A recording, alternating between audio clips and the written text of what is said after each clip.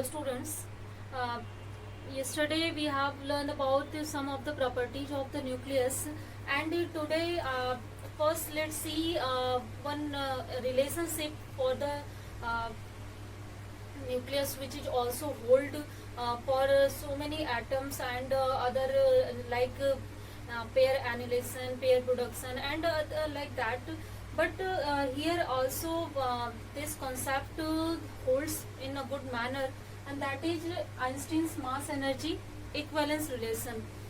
As you know that Einstein gave a law which relates the two unified law of conservation, means simple, which relates two law of conservations. One is conservation of mass and second is conservation of energy. As you know that both of the quantities are universally conserved, means mass is also universally conserved, and energy is conserved. Total energy of the particle or any body is conserved, or universe is conserved. It means that simple both can be unified in one law, and Einstein actually tried to unify both of the law, and he gave a new term which is called mass energy, means not mass and energy. He called it mass energy, and he told us that the conservation of mass energy is possible, and also means as his relationship, you know that already, equal to c square. This relationship tells us that energy can be converted into mass and mass can be converted into energy. It means that the quantity mass energy can be conserved easily, and simple, for the case of universe it must be also conserved, means we can convert easily any energy into mass and any mass into energy.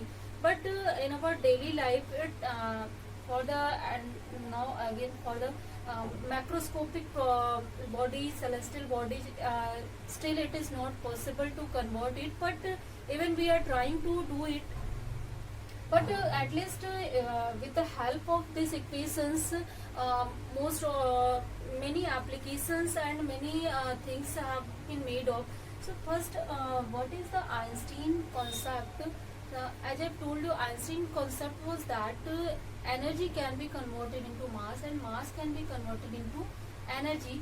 It means that simple, the conservation of mass and conservation of energy can be unified, means we can use a term mass energy in place of mass and energy, and that quantity mass energy must be conserved for any process in the universe. So this is the mass energy relationship of Einstein. It is also applicable in case of nucleus, means in nuclear phenomena we see a lot of examples in which energy is converted into mass, mass is converted into energy, means there are a lot of examples in case of nuclear, means this concept of mass energy is also fulfilled in the nuclear cases, so that's why I mentioned it here.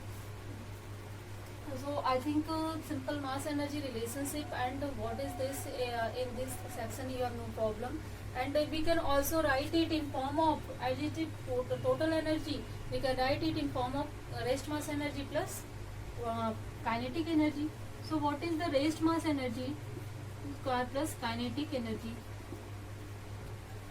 As you know that moving mass is greater than the rest mass, means if any particle is moving with comparable with the velocity of c, means at relativistic approach its moving mass will be different than its rest mass. So we can take there in this condition rest mass energy and kinetic energy, and obviously this moving mass will be greater than m0. So means at relativistic approach it is also applicable, at non-relativistic approach it is also applicable, means simple mass energy conservation is unified, is applicable to everywhere. In the nuclear phenomena it is also applicable, so that's why I mentioned it here only in the because in nuclear phenomena there are so many reactions and so many phenomena we obtained in which mass can be easily converted into energy and energy can be converted into mass. Later I will tell you examples of this, but first I think this is simply clear to you. Now let's see, we were discussing about the properties of nucleus. So first let's see that, after that I will tell you all these things. So in that section let's study about binding energy, because it's a very important concept of nucleus binding energy, mass defect, binding energy per nucleon and curve for binding energy per nucleon. So first, what is binding energy? So as you know that if nucleus is composed of protons and neutrons. So obviously protons are positively charged particles and also there are neutrons are neutral particles. So it is very obvious that there will be some electrostatic repulsion between protons and due to repulsion they can leave the surface and other thing, but they are bound to the bound in the nucleus. It means that there is some binding energy which binds them together, and if we want to make free any of the proton or neutron from the nucleus, then we have to supply some energy to it, and that energy is known as binding energy. Means it's very in a very simple manner, which what is binding energy? The energy which through which particles in the nucleus binds together is known as binding energy, or in other manner, the energy required to remove one particle from the nucleus is known as its binding energy. Means simple the bonds they are making, and for the bonds obviously there will be some energy, and that energy is the binding energy, and we want to break that bond and want to make free the particle. So we have to add some energy, and that energy will be equal to their binding energy, means through which energy they were bonded. I think concept of binding energy is simple, clear to you. Every particle is binded in the nucleus, and that's why they can't leave the surface of the nucleus. And due to that binding energy, if we want to make free any of the particle, then we have to add energy here. So concept of binding energy, I think that is clear to you. Now let's see what is mass defect. After that I will tell you what is the formula for the binding energy. Binding energy, as I told you, the concept of binding energy is actually explained on the basis of Einstein's mass relation, energy relation. That's why I told you that too. As you know that simple in case of actually it is observed in case of nucleus, the rest mass of nucleus is slightly less than the sum of its constituent masses of its constituent particle. So as you know that in nucleus there are nucleons, means proton and neutron are collectively known as nucleons. So mass of the nucleus must be equal to the masses of sum of the masses of protons and neutrons, obviously because they are the constituent particles of the nucleus. Hence suppose that there are z number of protons and mass of proton is one proton is mp. So if there are total z number of protons in the nucleus, then total mass will be z into mp plus obviously there are a minus z neutrons in the nucleus, because we can easily calculate number of neutrons, and suppose mn is the mass of one neutron. So this will be total number of neutrons in the nucleus, and this will be the total number of proton, and mass of total number of proton, mass of total number of neutron. The addition of this means the sum of these two quantities must give us the rest mass of the nucleus, because they only these two are the constituent particles of the nucleus. But it is observed that in case of nucleus the rest mass is slightly less than this value, means there are change in the value of rest mass, and this is explained, we can explain it easily with the help of Einstein's relation.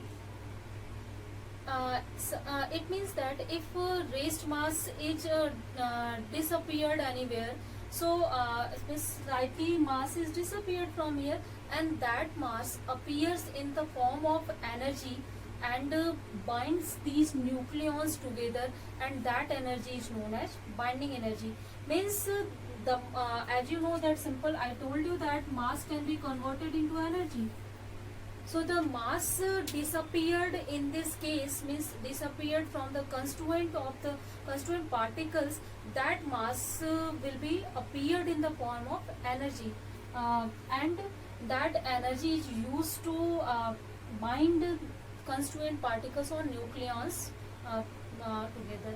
So binding energy is nothing but only this is the disappeared mass which is appeared as the energy, and the disappeared mass is known as mass defect. So we can calculate what is the value of mass defect. So then the as I've told you that this is the mass of total constituent particles, mass of total protons, mass of total neutrons, and suppose that we have the raised mass of nucleus, that is Mn. Sorry, M capital N, suppose that Mn. Then what will be mass defect? We can easily take the difference of these two, and that will give us mass defect. Simple. Means if we will add subtract this value from here, then we can easily get what will be the raised mass of the nucleus. So simple, I think mass defect is clear to you. Total mass of its constituent particles minus raised mass of nucleus, that gives us mass defect. Means how much mass is disappeared in the nucleus, we can easily calculate it. Now what is the binding energy? As this mass is appeared in the form of binding energy, so with the help of Einstein relation we can tell easily that binding energy will be delta M into C square. Clear? So this energy is disappeared and appeared in the form of binding energy. So this is called the binding energy of the nucleus, equal to delta mc square, where delta m is equal to mass defect, means mass disappeared in the formation of the nucleus. So I think concept of binding energy is simple, clear to you. This energy is not given to given nucleus from outside. It is only due to its constituent particles. It disappeared from that particles and appeared in the form of energy to bind together, and due to that binding, nucleons are bound to live in the range of nucleus.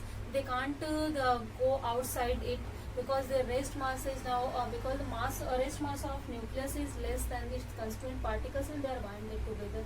So I think the concept of binding energy is simple, clear to now. If we want to remove any of nucleon from the nucleus, then we must have to add this amount of energy. After that we can be able to remove the nucleons from the nucleus.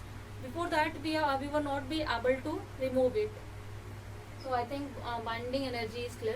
So next concept is and very important concept is actually binding energy per nucleon.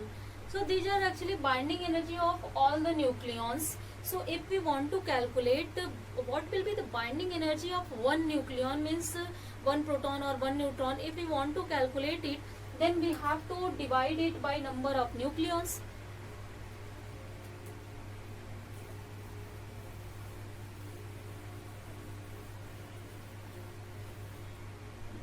Means we have a binding energy formula, that is delta m c square. If we will divide it by number of nucleons, suppose that number of nucleons are number of neutrons plus number of protons, means if we divide it by number of nucleons, then it gives us binding energy per nucleon. Means in one nucleon what is the binding energy and how much binding energy they are binded. Means if we want to remove one nucleon, then we have to add energy equal to binding energy per nucleon, and this helps us to know that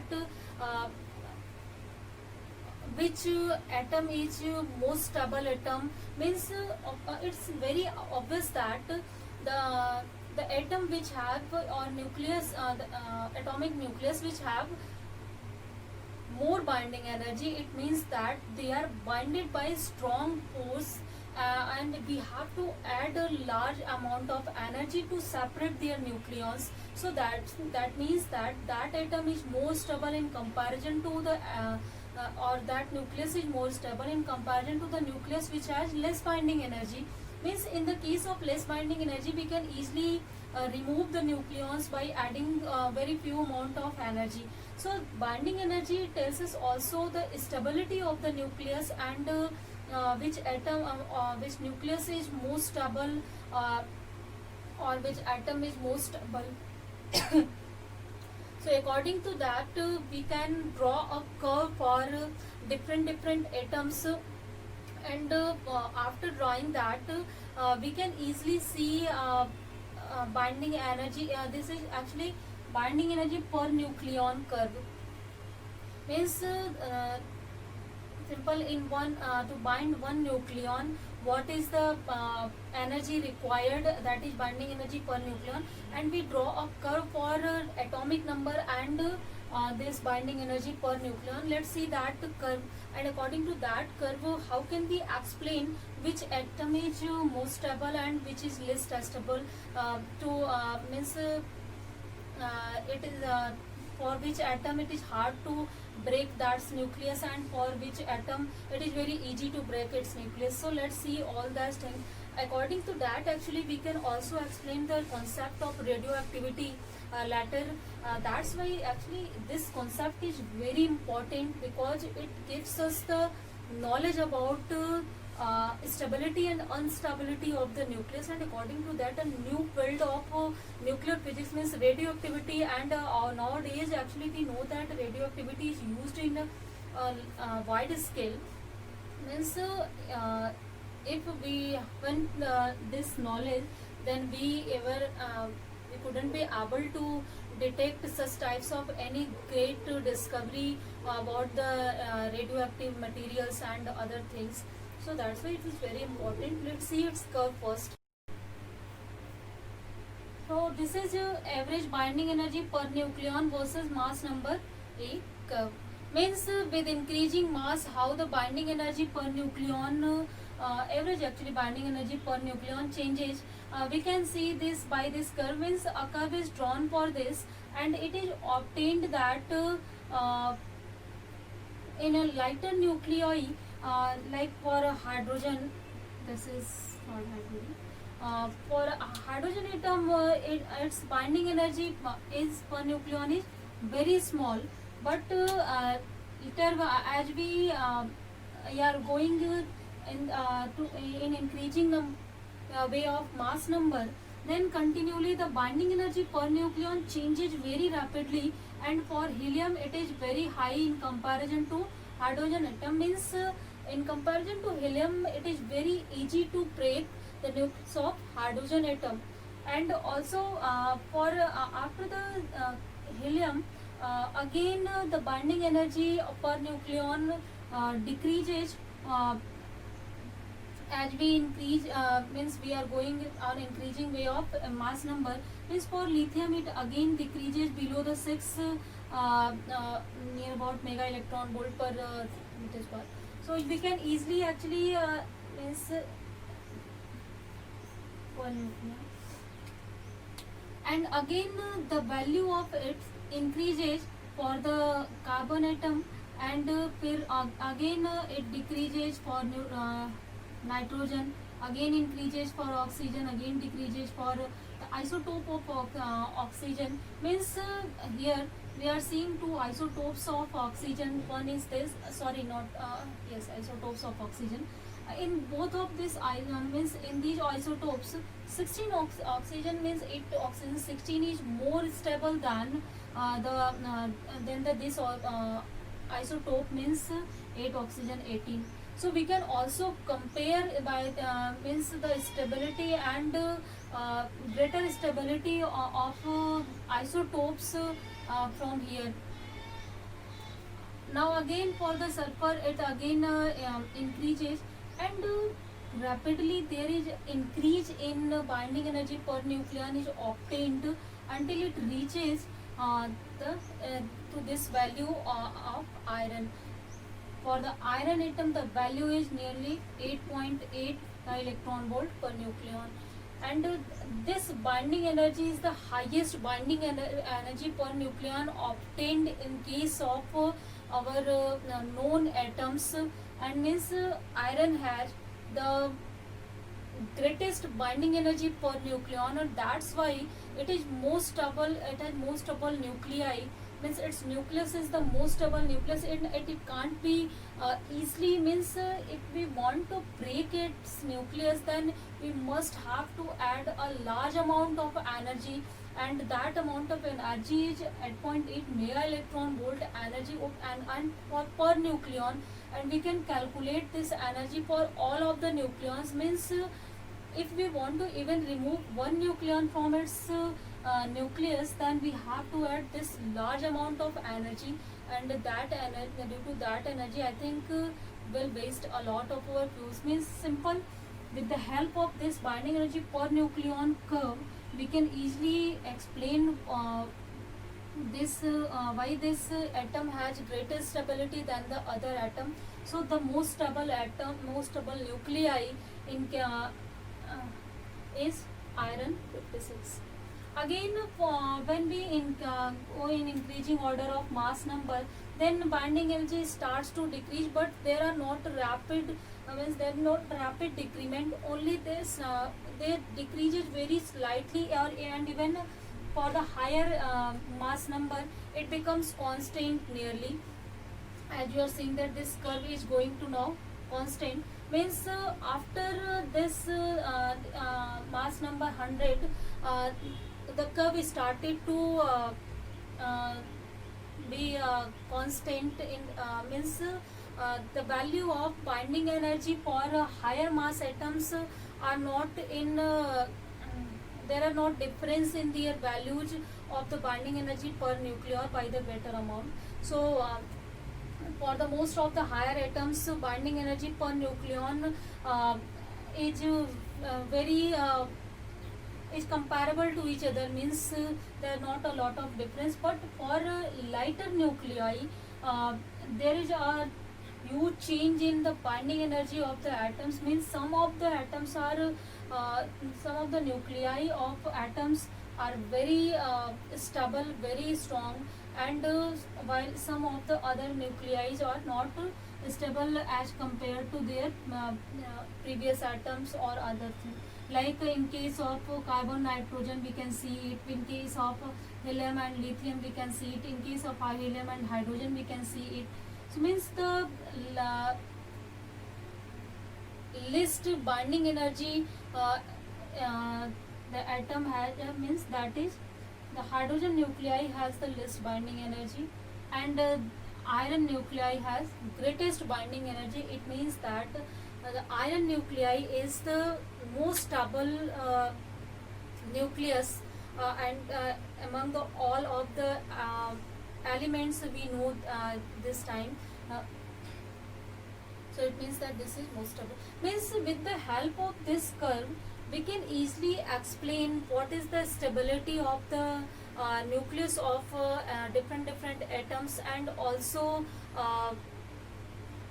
we can explain it for the isotopes. Means if there are 2 or 3 more isotopes, then in which we can see that some of the isotopes are stable and some of the isotopes are not stable. So we can easily explain that nature from here.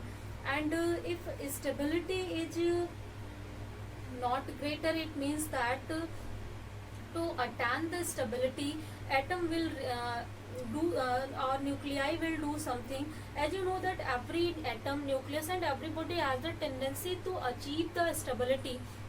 So if they are not stable, then obviously they will show some effect, or they will do something to attain stability. So in case of nucleus, they emit alpha, beta, and gamma rays to attain its stability, and that is known as the radioactivity. means we can easily explain the nature of the behavior of radioactive materials from here. So this concept led us to discover a new thing and also used in the concept is the concept of packing fraction of the nucleus. So what is the packing fraction? Actually it tells us about the stability of the nucleus also, means we can also explain the stability of nucleus in terms of packing fraction. It is nothing but it is mass access per nucleon, means per nucleon how much mass is access. So for this we can calculate it. Packing fraction will be mass access per nucleon, means simple mass number.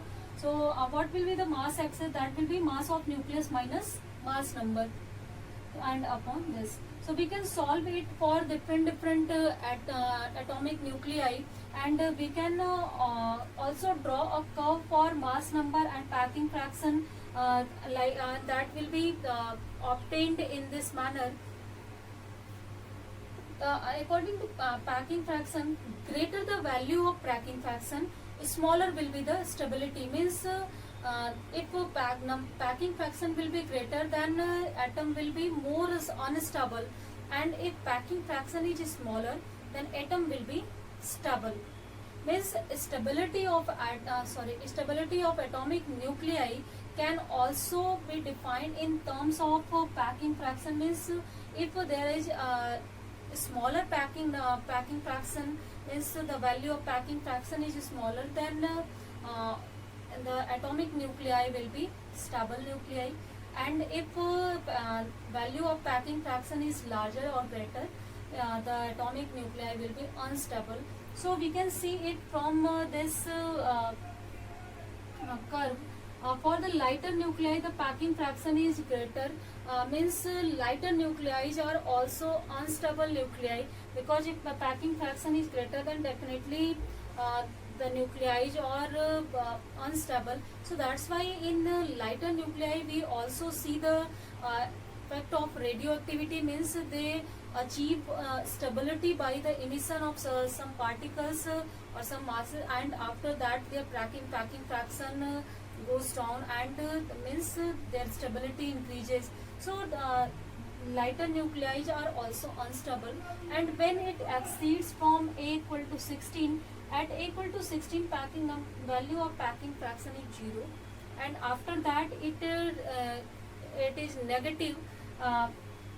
For these atoms packing fraction is very small. It means that these atoms are stable, they don't show, as you know, that simple radioactivity or any types of, and even in this range at this value, this is the value point of iron, means the packing fraction of iron is smaller. As I have told you already, in terms of binding energy per nucleon, you can also tell the stability of nuclei. So in case of binding energy per nucleon, the atom which has greatest binding energy per nucleon, which will be most stable nuclei, but in case of packing fraction, which will have the least or minimum packing fraction, that will be most stable nuclei. So in case of packing fraction, this point is the point of iron, and as I have told you, in case of binding energy already its value is 8.8, and that was the maximum binding energy per nucleon obtained till now. So again, after when the packing fraction start to increase, it means that when in larger nuclei they show some instability, and even for A greater than 240, means for the mass number greater than 240 atom, the packing fraction increases, and it means that again for the greater mass, for the larger mass, atomic nuclei becomes unstable. So due to instability, again they shows the effect of radioactivity, and even when they try to convert them into lighter nuclei or in the nuclei in this range, and comes into the stable nuclei, means in lighter nuclei and in greater nuclei, I mean lighter mass nuclei and greater mass nuclei, both are unstable, and their instability and why they shows radioactive effect, we can easily explain it by here by the concept of packing fraction also. Means we can easily explain it by the concept of binding energy per nucleon, and also we can explain it by the concept of packing fraction. Means it even arises for the better understanding of the stability of the nuclei or instability of the nuclei. So I think this is simple, clear to you. Why lighter nuclei show instability, and why heavier nuclei show instability, and the nuclei between these two values they are less unstable, and even in the same section iron has the greatest stability. So I think concept of packing fraction, concept of stability and instability of nuclei is now clear to you. With the help of two concepts I've told you, with the help of binding energy per nucleon and with the help of packing fraction, from both the things we can easily explain it and we can understand it. So if these concepts are very important, and these were the properties of the nucleus. Means how can we explain the nuclear property, their stability and instability, by they shows different types of behavior. Means also you know that they shows nuclear fusion, nuclear fission. Means all these reactions are only to attain their stability, and that is also can be explained easily on the basis of binding energy per nucleon curve or with the help of packing fraction. So I think stability and stability factor is now clear to you. In next class, let's see what is the property of nuclear forces and why they are the strongest force, and I'll tell you that in the next class. So for today,